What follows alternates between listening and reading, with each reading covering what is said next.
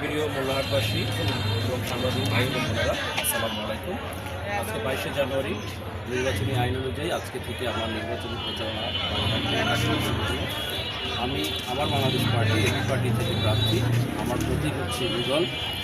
বাগেরহাট এই আসনে উন্নয়নের জন্য আমি 12 দফা ইশতেহার বা ম্যানিফেস্টো অঙ্গীকারনামা প্রদান করেছি। আজকে থেকে আমি আমার লিফলেট এবং অঙ্গীকারনামা বিতরণ করছি, মানুষের সাথে জনসংযোগ করছি, তাদের সাথে পরিচিত হচ্ছি এবং তাদের যাবতীয় প্রশ্নের উত্তর দিচ্ছি। এই আনুষ্ঠানিক প্রোগ্রামের মাধ্যমে নির্বাচনী কার্যক্রমের উদ্বোধন করা হলো। সবাইকে সাথে নিয়ে ধন্যবাদ। এই কার্যক্রম আইন অনুযায়ী 22শে জানুয়ারি থেকে 10ই ফেব্রুয়ারি পর্যন্ত চলবে। সেই হিসেবে আজকে থেকে আনুষ্ঠানিকভাবে 3টে উপজেলা মোল্লাহাট ও শীতলমারি।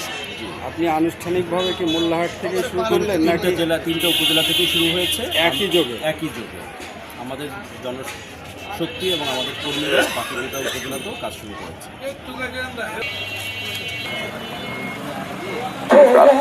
আমার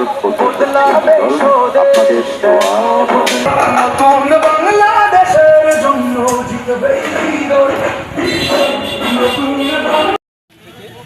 আমার 12 দফা অঙ্গীকারনামা আছে, ম্যানিফেস্টো আছে।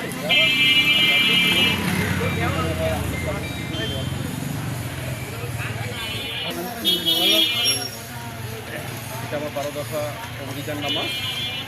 এই অঞ্চলের কোন কোন ক্ষেত্রে আমি ভূমিকা রাখবো, কোন কোন ক্ষেত্রে আমি উন্নয়ন করবো, দোয়া করবেন আমার জন্য। নির্বাচন করছি আমি আমিন। আমার 12 দফা অঙ্গীকারনামা আছে, এটা এই অঞ্চলের উন্নয়ন কীভাবে করবো